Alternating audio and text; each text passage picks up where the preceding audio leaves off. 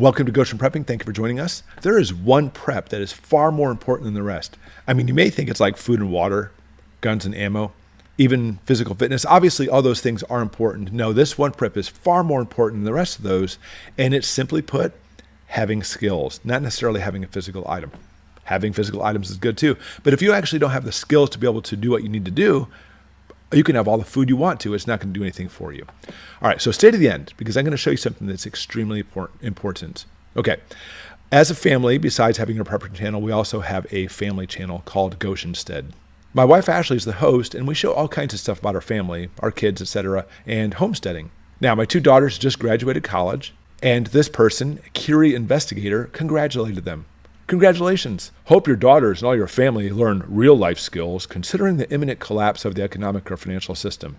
Which is kind of funny that we host a prepping channel and they said, hope we learn real life skills. That's all we do is teach real life skills in prepping and everything else. All right, anyway, with our family, however, and this is important, you need to understand this concept, you need to continue on with life. You can't simply just stop everything, wait for the apocalypse, and them going to college or pursuing a career they'll do very well with is important. You can't just give up on that kind of thing. You have to have plans for the future. And hopefully you're doing the same thing too. If you think your future is dismal and everything's going to collapse, what's all this for? You need to continue on.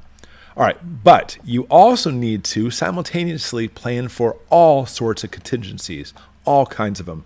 You need to drill, you need to train, and that's how you prepare. You can't simply say, oh, if there's an intruder coming in the house, I'm just going to do this, then go back and sit down. No, you need to drill and practice this because you will never be actually ready when this happens. Let me explain. In the front of your brain, you actually have what's called the prefrontal cortex. This is the part that literally controls all of your processes to react to situations. If you've never practiced in a situation, like an intruder, for example, your prefrontal cortex will literally search through all variables trying to find the right move. And guess what? It won't find one. And by the way, this is why someone freezes. If you actually have a situation that's dangerous, maybe somebody has a weapon or lightning strikes nearby, you just kind of stop because your prefrontal cortex is trying to decide the best move and can't find one. So you practice, you drill, you train. And what that does, it literally sets up wiring, neurons through that prefrontal cortex. So you'll actually be able to turn on those specific neurons when those situations happen. And the more you practice it, the more it becomes second nature. Even specifically actually doing things with your hand, your arm, specific actions over and over again, muscle memory will develop. And guess what? Now you're ready.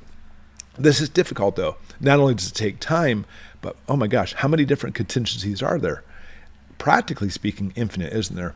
So you need to practice and drill and train and try to also brainstorm every situation that actually might take place. So Curie investigator said, practice for an economic collapse. Oh yes, so true. But we also have to practice for a grid down situation, an intruder, practice for an EMP, practice for medical emergencies, and we have to take into account every possible scenario, practice, drill, and train for that so we're ready in case that happens. That's why we're preppers. That's why we're Goshen prepping. It's not simply about storing away food or even guns and ammo, which is essential, obviously, but to practice and drill and train because, again, when that situation happens, if you have not trained, it's never going to work for you.